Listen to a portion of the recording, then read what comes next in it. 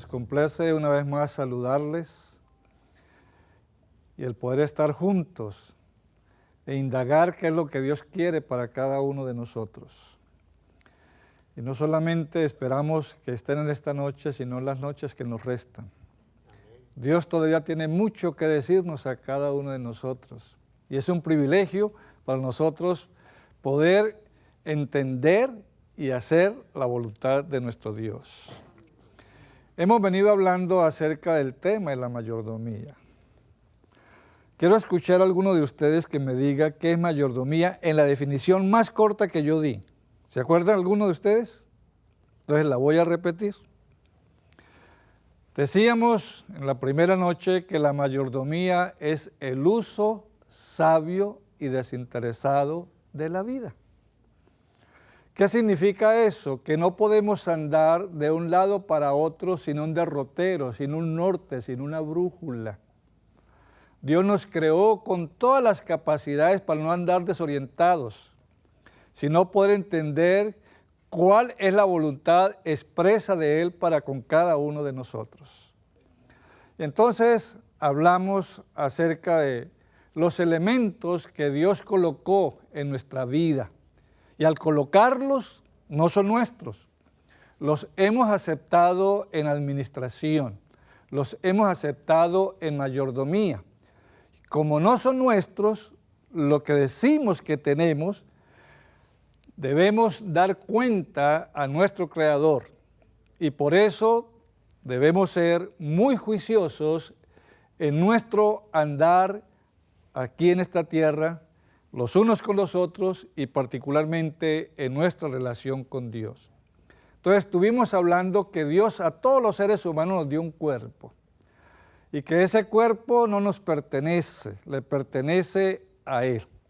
Nos dio también un gran talento llamado el talento del tiempo y ni un segundo siquiera de todo el tiempo que disponemos en nuestra vida nos pertenece. Y tenemos, anoche decíamos, que es el talento del cual Dios va a pedir más estricta cuenta para nosotros. Y hoy vamos a hablar de los talentos conocidos en la Sagrada Escritura como talentos y que a la vez como iglesia lo hemos reflejado como las habilidades. ¿Qué espera Dios que nosotros, como los que nos hemos beneficiado de todo lo que Él nos ha dado, estemos haciendo con cada uno de esos elementos? Los talentos son múltiples.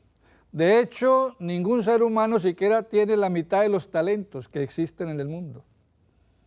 Es más, algunos de nosotros tenemos por ahí un medio talento. Y cuando digo medio, no es una verdad. Lo que quiero reflejar con eso es el hecho de que algunos nos tienen una gran ventaja a otros. Y a veces hacemos comparaciones con relación a las actitudes de otros y las nuestras y creemos que no tiene mucha importancia lo que yo tengo y lo que yo soy. Por tal motivo, hoy vamos a analizar la parábola de los talentos. Y hay elementos a través de ella que son indispensables que nosotros conozcamos para poderle responder a Dios en su bondad lo que Él nos ha otorgado. Vamos a abrir nuestras Biblias. Y nuevamente vamos a Génesis. ¿Usted no ha notado que siempre hemos partido de Génesis? Porque estamos hablando de un principio. ¿Y el principio qué? Creó Dios. Y entonces desde esa perspectiva tenemos que venir creciendo. Y vamos a leer en primer lugar los versículos del capítulo 1, los versículos 26 al 28, y del capítulo 2 vamos a leer el versículo número 15. Dice de la siguiente manera: entonces dijo Dios, hagamos al hombre a nuestra imagen, conforme a nuestra semejanza, y señoree en los peces del mar, en las aves de los cielos y en las bestias, en toda la tierra y en todo animal que se arrastra sobre la tierra. Y creó Dios al hombre a su imagen. A imagen de Dios los creó, varón y hembra los creó.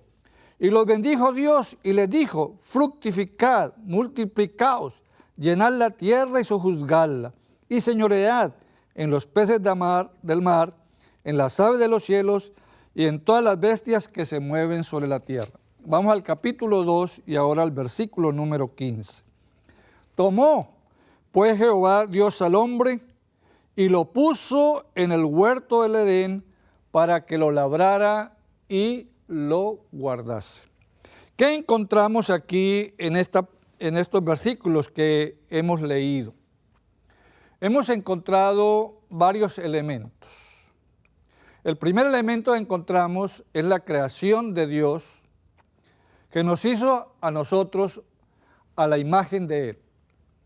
En segundo lugar, ya encontramos que le dio responsabilidades. O sea, Dios no creó al hombre para que el hombre llegase a ser un holgazán aquí en la tierra. Le dio responsabilidades. La primera responsabilidad, después de que Dios hizo todo, el versículo 26 dice, y dijo Dios que se enseñoreara. Ahora, algunos hemos entendido mal esa palabra. Cree que enseñorearse es estar por encima de todos, que Él puede decir lo que quiera a todo mundo, pero que nadie puede decirle nada a quién, a Él. No, señorear significa allí que Dios lo ha colocado, ¿cierto?, como un gobernante, que tiene un señorío.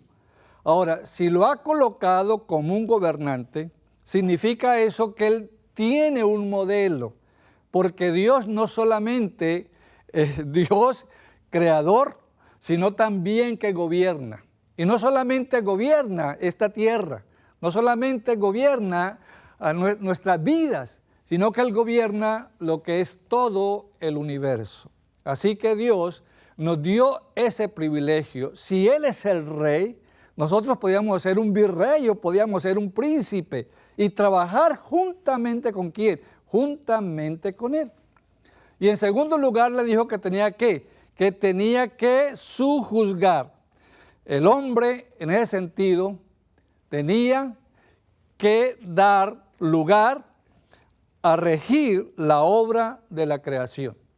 Sojuzgar no es hablar mal del otro, no es echarle agua sucia a los demás. Sojuzgar es aceptar que Dios nos ha dado esa responsabilidad sobre la creación y que tenemos que regir sobre esa creación. Ahora, esto nos lleva al hecho de lo que hemos venido hablando acerca de la mayordomía, de que Dios nos da, pero también exige. Y Él no va a exigir nunca más de lo que Él nos da. Y eso es un principio que está enmarcado en toda la Sagrada Escritura. Para poder tener un señorío y para poder juzgar, debería tener ¿qué? Una razón. Los animales. ¿Qué sucede con los animales? Los animales no pueden gobernar. Los animales no pueden juzgar porque le falta el raciocinio. No pueden hacer juicios. Y cuando decimos hacer juicios, es hacer evaluaciones de nuestras actitudes y poder declarar qué conviene, qué no conviene, qué es lícito, qué nos es lícito. Y para eso necesitamos entonces de nuestra mente. De todo lo creado, solamente el hombre tiene esa facultad, tiene esa habilidad. Así que Dios, de las actitudes de los animales, Él no les va a pedir cuentas. Pero las actitudes que nosotros realizamos diaria y continuamente, Él va a pedir cuentas. Porque nos dio una mente para pensar, nos dio una mente para razonar, nos dio una mente para hacer juicio, nos dio una mente para evaluar. Y basándonos en esos, entonces vamos a hacer ¿qué? Nuestras decisiones. y esas decisiones tienen que ser hechas de una manera juiciosa. Vayamos ahora a la parábola de los talentos. ¿Está bien? Hay dos parábolas que se pueden ver en conjunto. Una de ellas es la parábola de los talentos que encontramos en Mateo capítulo 25. Desde el versículo 14 hasta el versículo número 30. Y podemos también, hay otra palabra que tiene mucha similitud, es la parábola de las minas, que encontramos en el libro de San Lucas, el capítulo 19, los versículos del 11 hasta el 27. ¿Qué tiene de especial esta parábola? No lo vamos a leer, pero lo vamos a tener ahí para que vayamos desarrollando lo que es la parábola. ¿Por qué es importante que entendamos la parábola? La parábola está centralizada, particularmente, ya hemos dicho, para que Dios haga, desarrolle nuestros talentos. Un gran talento es nuestra mente, que es uno de los pilares de los que estamos hablando, ¿cierto? Por eso hablamos de los talentos. Entonces, en Mateo está hablando de la palabra talentos y Lucas está hablando de minas. Entonces dice que él iba a partir como dueño de una propiedad y entonces llamó a siervos. Le dice, muy bien, todo esto es mío, pero lo voy a colocar ¿dónde? Lo voy a colocar en tus manos.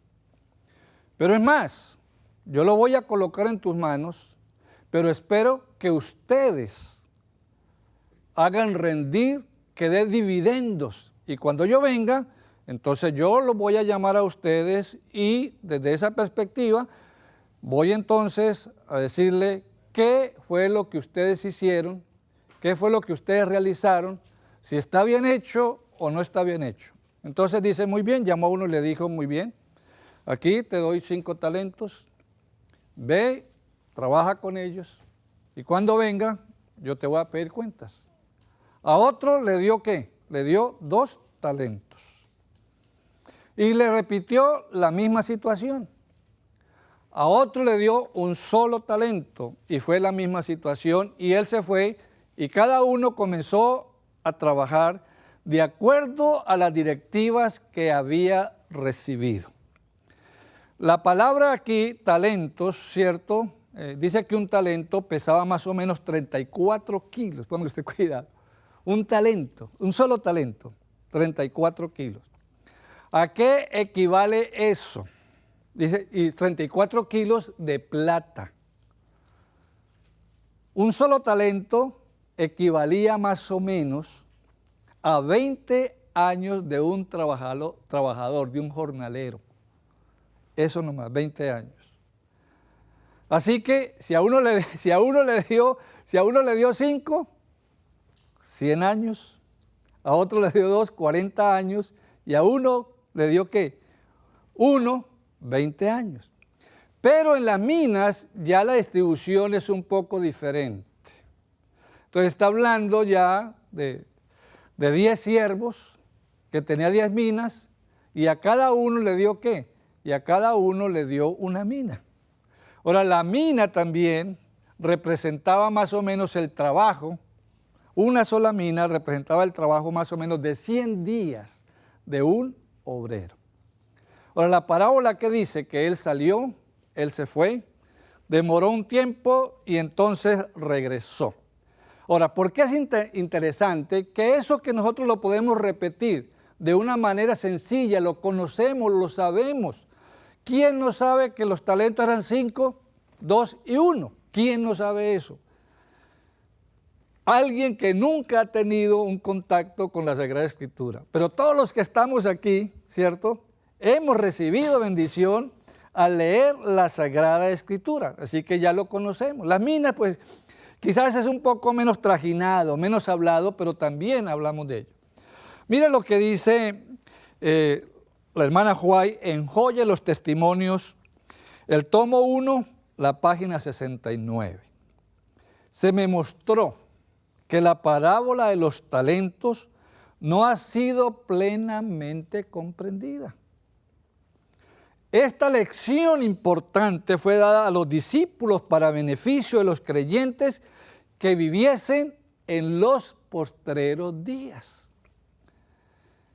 Casi siempre, en términos generales, ¿qué hacemos las personas que a veces no estamos muy familiarizados con la Biblia y su contenido? Pues leemos lo que está ahí y comenzamos a decir, eso sucedió en el pasado, eso solamente es para el pasado, queda en el pasado. Sin embargo, Ellen G. White dice que no, la parábola de los talentos, si no fue bien entendida, si no fue bien comprendida en los años pasados, hoy tenemos nosotros que darle mucho cuidado. ¿Qué es lo que dice ella? Dice que fue dada para beneficios de los creyentes que llegasen a vivir en los postreros, ¿qué? En los postreros días. O sea, para ti, para mí, para nosotros. Por eso es importante, y vamos entonces a analizar algunos aspectos. Quizás tocaríamos algunos bordes de ello, porque no daría un solo tema para hablar solamente de los talentos. Para hablarlo en el sentido responsable de que la hermana White está diciendo de que nosotros tenemos que conocer. ¿Cuáles son los puntos que resalta la parábola? Esto es importante comenzar con esto. La parábola va a resaltar dos puntos importantes. Va a resaltar, no, resalta y está resaltando a través de las edades. Dos puntos importantes. En primer lugar, que todos los seres humanos, sin excepción, tenemos que prepararnos para la segunda venida de nuestro Señor Jesucristo. Entonces sí vale la pena como prestarle atención a la parábola, ¿cierto?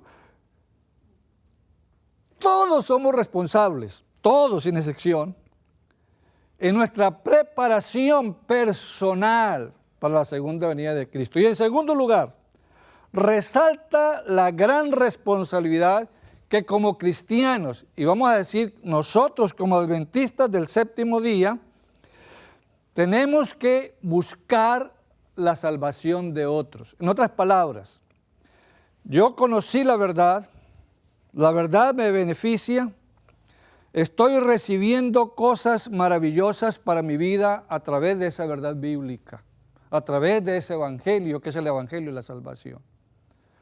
Ahora, eso sería la parte número uno. La parte número dos es que a la vez de que yo recibí, yo me beneficio, estoy recibiendo grandes bendiciones, esas bendiciones también tienen que llegar a otras personas.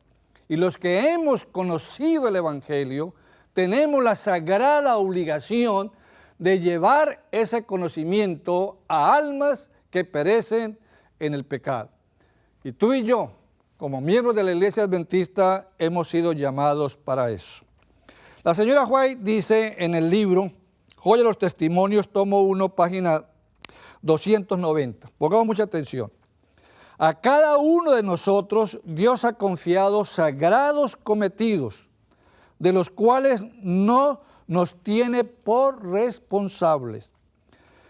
Es su propósito que eduquemos la mente a fin de que podamos ejercitar los talentos que nos dio y realizando la mayor suma de bien, reflejemos la gloria de Dios. Ahora, estamos entendiendo el por qué tenemos que conocer de los talentos, cómo funciona a la vez lo que es nuestra mente. ¿A cuántos se les ha confiado un talento por lo menos? Dice, ¿a quién? A todos sin excepción. Nadie puede hacerle un reclamo a Dios, ¿cierto? Dios, tú repartiste, pero a mí no me diste absolutamente nada. Si eso fuera así, no seríamos responsables delante de Dios. Al contrario, porque Él ha colocado en nosotros esa responsabilidad, Él tiene el derecho de pedir cuentas a cada uno de nosotros. Como adventistas del séptimo día, ¿qué es lo que Dios espera de cada miembro de la iglesia adventista?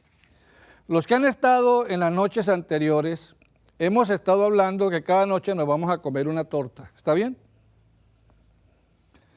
Entonces decimos que la torta es una torta y en esa torta vamos a dividirla en secciones. ¿Por qué estamos haciendo eso? llegamos al hecho de que la mayordomía tiene un principio vital, lo decíamos anoche, que aunque Dios nos da todo, absolutamente todo, y nos lo entrega toda la administración, sin embargo, Él en todos los aspectos siempre hace una reserva. Hablamos de nuestro cuerpo, ¿cierto? ¿Cuál es la reserva que hablamos de nuestro cuerpo?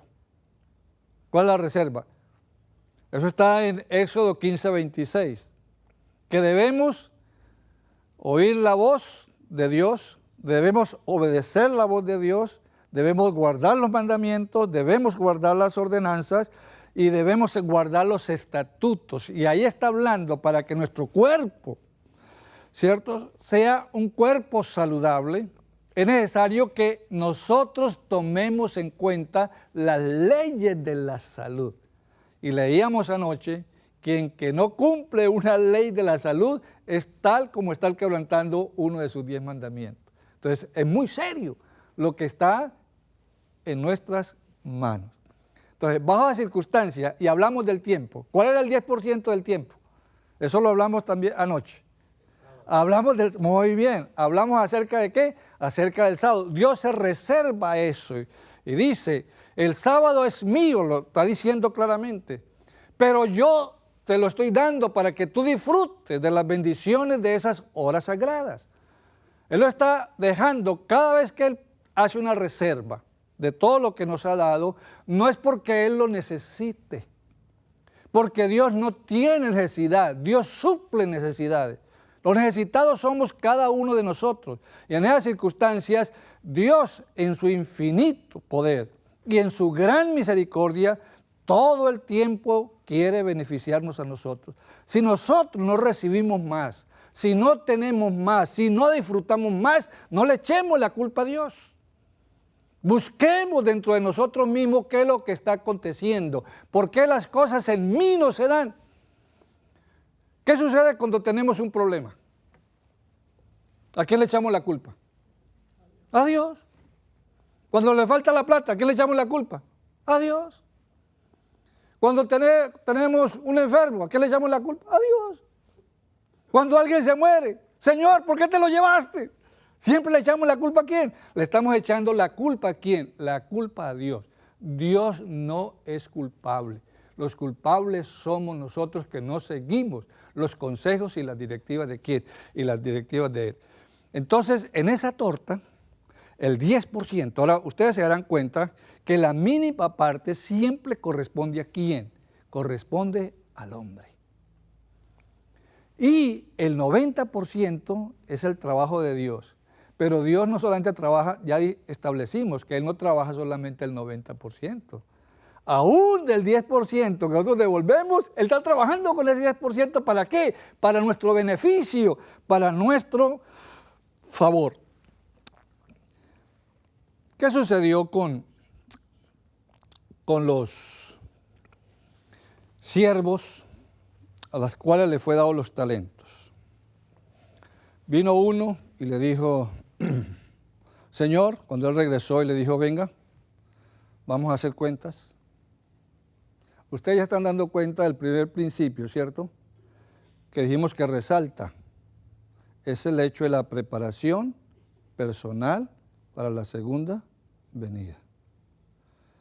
Ahora, ninguno tiene dudas de que Jesús viene. El problema es si yo voy a ir con Él. Ese es el problema. Entonces Dios, ¿qué nos dice? Nos dice, bueno, yo te di voluntad. Ningún animal tiene las capacidades que tú tienes. Entonces vengas a ver cómo tú las usaste. ¿Y qué dijo el que tenía 5? Señor, yo estoy muy agradecido contigo. Tú me diste 5. Mira que me fui y trabajé. Y qué maravilloso es trabajar en tu compañía, Señor. Yo siempre vivía donde estaba. Tú estabas lejos, pero yo estaba pensando siempre en ti, Señor. Mi mente estaba conectada contigo. Y eso me hacía que yo fuera juicioso en mi trabajo. ¿Y sabe qué, Señor? Aquí están los 5 suyos. Pero además de eso, aquí están ¿qué? Otros 5. Ah, ¿y qué le dice el Señor? Flojo, ¿cierto? No, yo creí que tú me ibas a traer 10, 20, 15. No. buen siervo y fiel, sobre poco has sido fiel. ¿Qué hace el Señor? ¿Sobre qué? Muy bien. Cuando tú y yo somos fieles en lo que aparentemente es poco, y si lo sabemos usar, Dios nos lo va a multiplicar. ¿Por cuánto? No sabemos. Algunos dicen el 100%. No.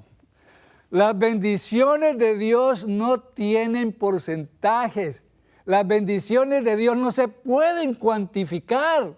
Las bendiciones de Dios no se pueden medir. Es decir, no tienen medida. Porque si eso fuera de tal naturaleza, algunos seres humanos estaríamos en serios problemas y dificultades.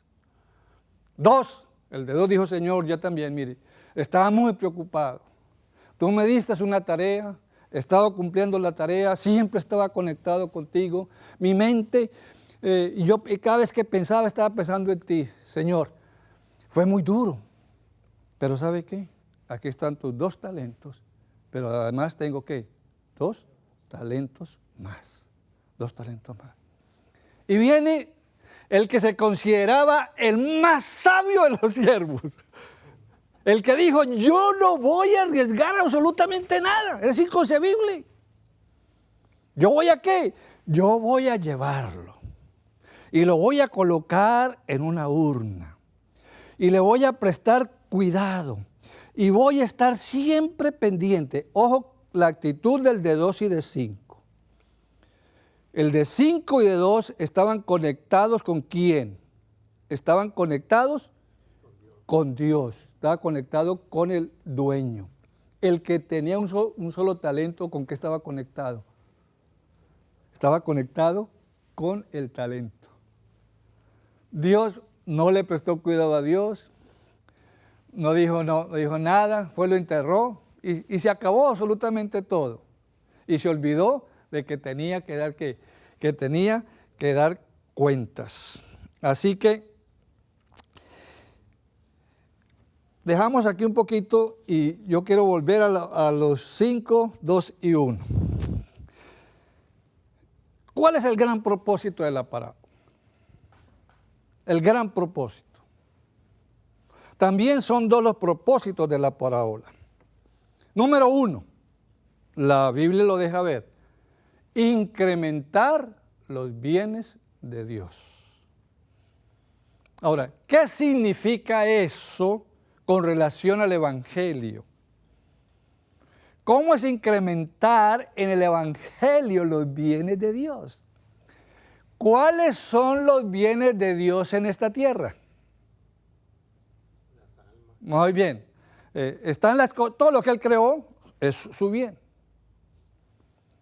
Pero en forma particular, todos los seres humanos somos un bien preciado para Él. Dios es para nosotros la perla de gran precio, pero nosotros somos también para Él esa perla de gran precio. Dios nos ama, Dios nos estima. Entonces, número 1, incrementar los bienes ¿de quién? De su Señor. Y número 2, y aquí está lo más importante y lo que tenemos que prestar mucho cuidado. Dios, a través de entregar los talentos, quiere probar a cada uno de nosotros cómo es que llegamos a ser responsables delante de Él. Probar cuál es nuestra responsabilidad. Ustedes están pensando ya en 5, 2 y 1. En la carta 10 de 1907 dice, a cada persona se le han confiado dones individuales, llamados talentos. A cada uno se le ha confiado algún don especial, por el cual debe dar cuenta a su Señor. Así que, ¿qué sucede con los que hemos recibido? ¿Qué está aconteciendo con lo que nosotros hemos recibido? ¿Qué debemos nosotros en el uso de los talentos? Si nosotros nos reservamos los talentos, mire lo que en esa misma carta 10 de 1907 dice, Yo le confié a ustedes el Evangelio, ¿cierto? Nosotros como miembros de la iglesia tenemos que hacer progresar ese Evangelio. Dice, si le devolvemos los talentos de recursos que Él ha confiado a nuestra custodia, Él entregará aún más en nuestras manos. Nada tenemos que sea demasiado precioso para darlo a Jesús. Cada esfuerzo que hagamos por Cristo será remunerado por Él. Y todo deber que cumplamos en su nombre contribuirá a nuestra propia felicidad. No hay duda de que algunos tienen pocos talentos, pero si llegan a negociar diligentemente con los bienes de su Señor, estos dones se aumentarán mucho. La parábola dice que a cada uno le dio, ¿qué? Talentos. Y vamos a volver a eso. A uno le dio, ¿qué? A uno le dio 5, a uno le dio 2 y a otro le dio 1. Mi pregunta es, ¿a cuál de ellos el Señor le dio más talentos? Es una pregunta capciosa. Al que le dio los 5, ¿cierto? ¿Están de acuerdo ustedes con eso? Al que le dio los 2 está en desventaja entonces. ¿Y al que le dio 1? ¿Qué es lo que dice la Sagrada? A cada uno le dio de acuerdo a qué? A su capacidad. O sea, al que le dio 5, ¿cuánto le dio? 100%, porque esa era su capacidad. Al que le dio 2, ¿cuánto le dio? 100%, porque será su capacidad. Al que le dio 1, ¿cuánto le dio? 100%, porque esa era ¿qué? Esa era su capacidad. El problema no está con nosotros, sino está en el uso que nosotros le damos a lo que Dios ha entregado en custodia a cada uno de nosotros. Muy bien, vamos a ver cómo funcionan las matemáticas de Dios. Las matemáticas de Dios están fuera del alcance de la lógica humana. ¿Qué significa eso? Que lo que nosotros decimos tanto por tanto es tanto, para Dios no puede significar lo mismo. ¿Cuánto es 5 más 5? 10. ¿Cuánto es 2 más 2? 4. ¿Cuánto es 1 más 0? 1. Pero en las matemáticas de Dios no es así. No es así. ¿Qué pasó con el que tenía 1? Señor, yo conocía que tú eres muy duro y me llené de miedo. El que tenía un talento en la parábola está representado a aquellos que son ineptos o inútiles, no porque no tengan la habilidad. Si no tuvieran la habilidad, Dios no le hubiera entregado el talento, sino porque ellos sienten miedo de hacer lo que Dios le ha pedido. ¿Cuánto es 5 más 5 en las matemáticas de Dios? 100%. No. 5 más 5 en las matemáticas de Dios es 11. ¿Cierto? ¿Por qué? El que no trabajó, el que se volvió un holgazán, un sinvergüenza, ¿qué dijo Dios? Vamos a quitarle ese talento y lo voy a botar lejos de ese talento. No, ¿se lo dio a quién? Al que había recibido ¿cuánto? 5.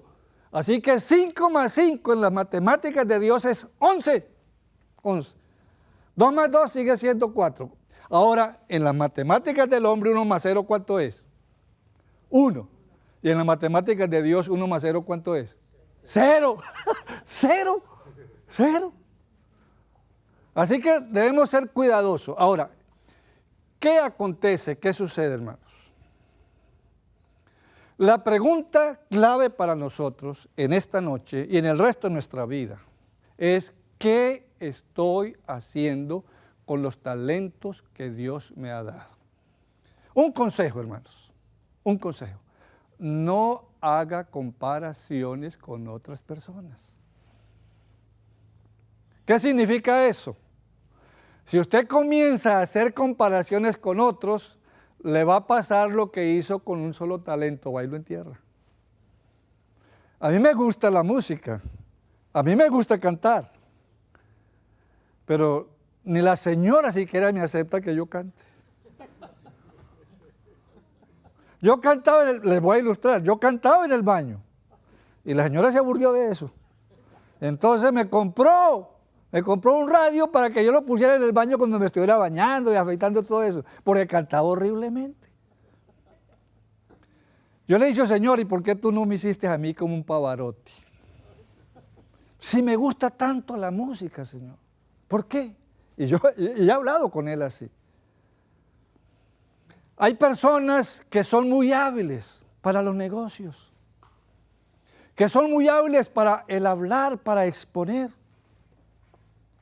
Pero tú no tienes esa misma habilidad. No caiga en la trampa de compararse con otros, porque si usted lo hace, se está menospreciando. Usted mismo se está rebajando y Dios tiene confianza en usted, le dio el 100%, que está representado, si sean qué, en un solo talento. ¿Cómo nos volvemos inútiles cuando no usamos un solo talento? Estaba en la ciudad de Cali, en un ciclo de conferencias.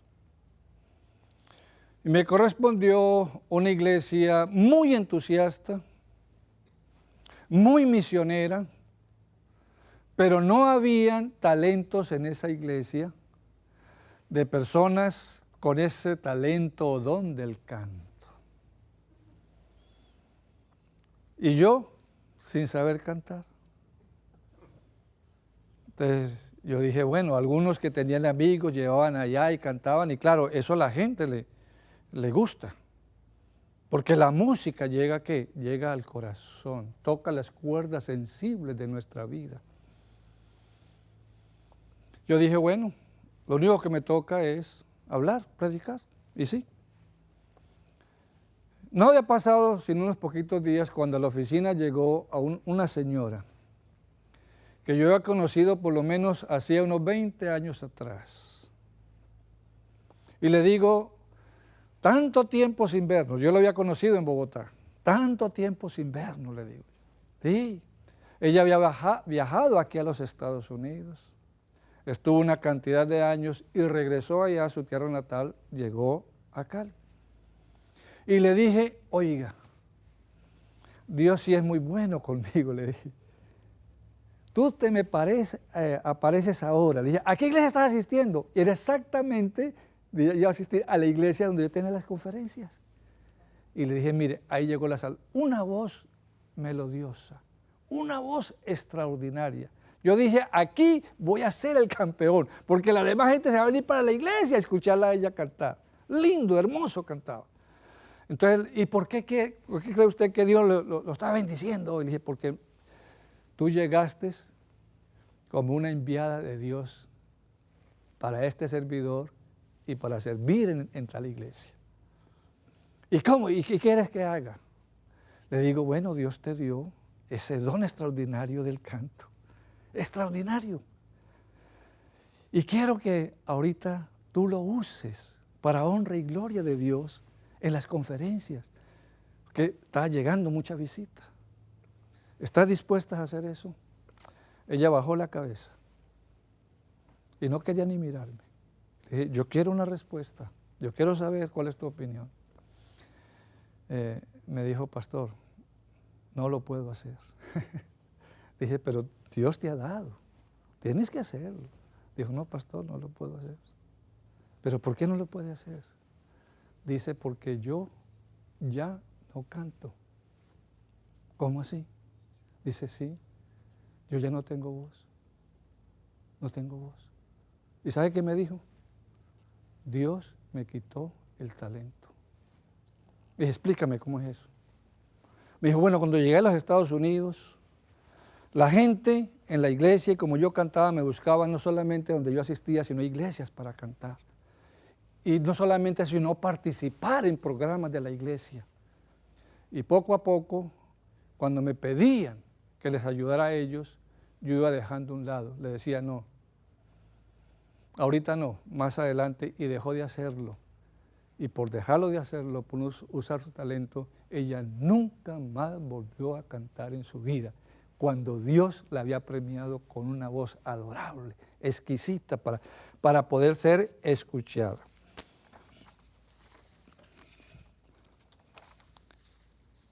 Palabras de vida del Gran Maestro, página 305. A cada uno, ¿a cuántos? A cada uno se le pedirá que entregue los dones que le fueron confiados. En el día del juicio final, las riquezas que los hombres hayan acumulado no les valdrán de nada. No tienen nada que puedan llamar suyo. Y en Consejos sobre Mayordomía Cristiana, en la página 125, dice de la siguiente manera: somos responsables por el uso o el abuso. Ahora, aquí hay dos cosas. Cuando no usamos, ¿estamos qué? Estamos abusando. Somos responsables por el uso o el abuso de lo que Dios nos ha prestado. Si este capital que el Señor ha colocado en nuestras manos permanece dormidos, o si lo enterramos, aunque sea un solo talento, el maestro nos pedirá cuenta de ello. Él requerirá no lo nuestro, sino lo suyo propio con intereses. La pregunta que debemos hacernos en esta hora: ¿cómo estoy usando los talentos que Dios me ha confiado? ¿Cómo los estoy usando? Es más, ¿los estoy usando?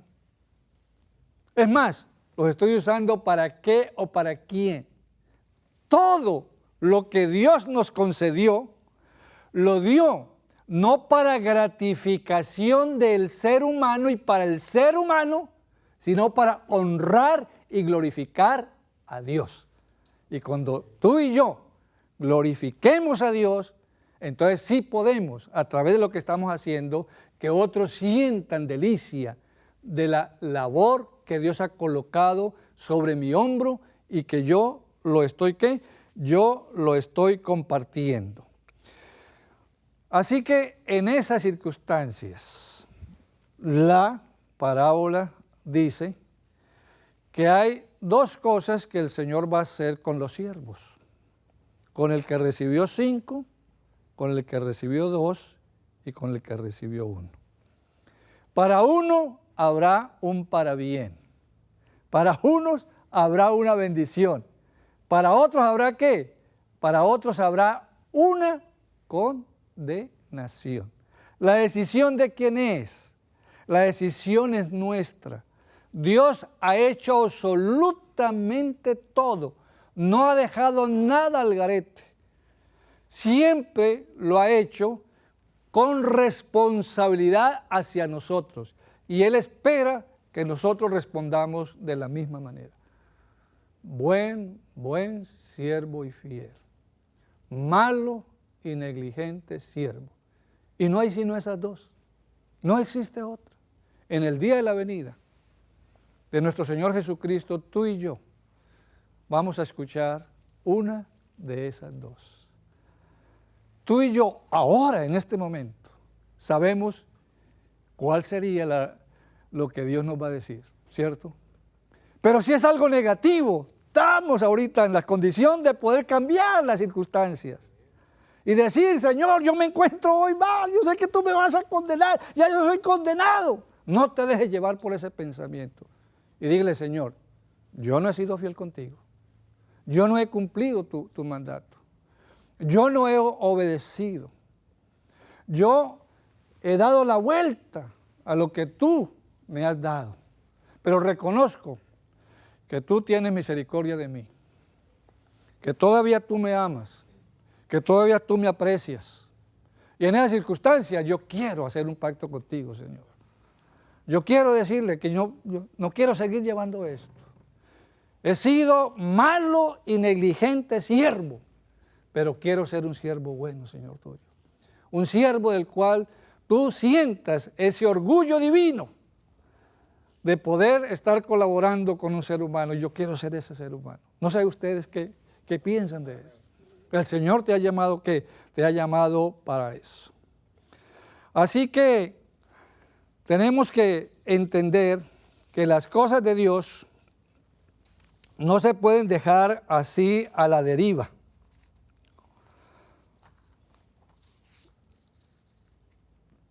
Deseo a toda la gente, es página 370. Lo que yo voy a leer ahorita tiene que hacernos reflexionar mucho. Dice, el trabajar con éxito. O sea, ¿qué significa? ¿Que hemos sido llamados al fracaso? No, hemos sido llamados para ser exitosos. El trabajar con éxito para Cristo depende no tanto de los números o del talento. Ahora usted dirá, no está hablando del talento, ahora eso ya no va a servir. No, ojo. El trabajar con éxito para Cristo depende no tanto de los números o del talento, como de la pureza del propósito, de la verdadera sencillez de una fe ferviente y confiada. Deben llevarse responsabilidades personales, asumirse deberes personales, realizarse esfuerzos personales en favor de los que no conocen a quién, los conocen a Cristo, a Cristo. Algunos hemos equivocado las directivas de Dios. Algunos pensamos, en primer lugar, que Dios se ha equivocado. Porque comenzamos a platicar dentro de nosotros mismos. Dios me dio una responsabilidad. Él me dice que yo debo hacerlo de esta y esta manera, pero yo creo que debe ser hecho de esta u otra manera. ¿Y qué hacemos? La sabiduría humana la hemos colocado por encima ¿de qué? De la sabiduría divina. Y en esas circunstancias, entonces, cualquier cosa que sucede y que sea negativa, como que nos escudamos y le decimos, Señor, la culpa no es mía, la culpa es tuya, la culpa es tuya. El Señor nos dice, usted tiene que ser alguien que le da un talento, por ejemplo, de dirigir. Y le dice, y eso lo vemos en el libro de las Crónicas, en el libro de los Reyes, que Dios llamó a alguien a dirigir como sacerdote, como profeta o como rey. Los llamó a dirigir. Y en esas circunstancias, al llamarlos a ellos a dirigir, les dio directivas. Pero muchos extraviaron las directivas divinas y dijeron, no, son mejores las que yo, ¿qué? Las que yo poseo, las que yo tengo. Y en esas circunstancias llegaron a la ruina, no solamente personal. Reyes, como lo leemos ahí, llevaron a la ruina a todo el pueblo de Israel. Tú y yo no podemos mejorar los preceptos divinos, los conceptos divinos, las directivas divinas. Tenemos que aceptarlas. Y una vez que las aceptamos, entonces vamos a ¿qué? Vamos a cosecharlas. Lo más importante si estamos dirigiendo no es para menoscabar la vida de los dirigidos, es para estar al servicio de los dirigidos. Pero algunos de nosotros, ¿qué hacemos? No, yo soy muy importante. Veníamos platicando con el pastor ahorita, ¿cierto? No menciono ni sitio ni nada, y quizás no es lo más conveniente. Pero hay situaciones aún de dirigentes de la iglesia adventista que usted tiene que hacer cola para que él lo pueda atender. Nunca en mi vida había pensado que tenía que hacer cola 2 meses para que el presidente pudiera dedicarme siquiera 5 minutos a mí. Y hablando con el pastor Archo. Hablando con el pastor Archo, le decía yo, ¿cuántos pastores tendrá a su cargo? Bueno, entre unos 40 o 50, y hay que hacer una fila de 2 meses. Yo que soy un necesitado y que yo le oro a Dios y que somos más de 7,000 millones y que no solamente oramos una vez y muchas veces pidiéndole a Dios, ¿cuándo hemos escuchado a Dios? Hijo, dentro de un año me vuelves a llamar, porque ahorita no tengo tiempo, no tengo tiempo. Ahora, ¿qué es lo que acontece? ¿Qué es lo que estamos leyendo aquí? Está diciendo que si nosotros nos confiamos en las manos de Él, no necesitamos preocuparnos por el volumen, por la cantidad. En otra página, muy parecido a esto, dice, los números no son del hombre, los números le pertenecen a Dios. Eso está en la página 339 también de ese mismo libro, deseado de todas las gentes. Y nosotros preocupamos por números, no, los números son de Dios. ¿Qué es lo que tengo que preocuparme yo en mi vida? Señor, tú me diste esto, yo lo voy a hacer, yo voy a trabajar. ¿Cuál es el 90% de Dios, hermanos? Que Él va a suplir todas nuestras necesidades. A veces, en medio de nuestras incapacidades, la capacidad de Dios viene a actuar sobre cada uno de nosotros.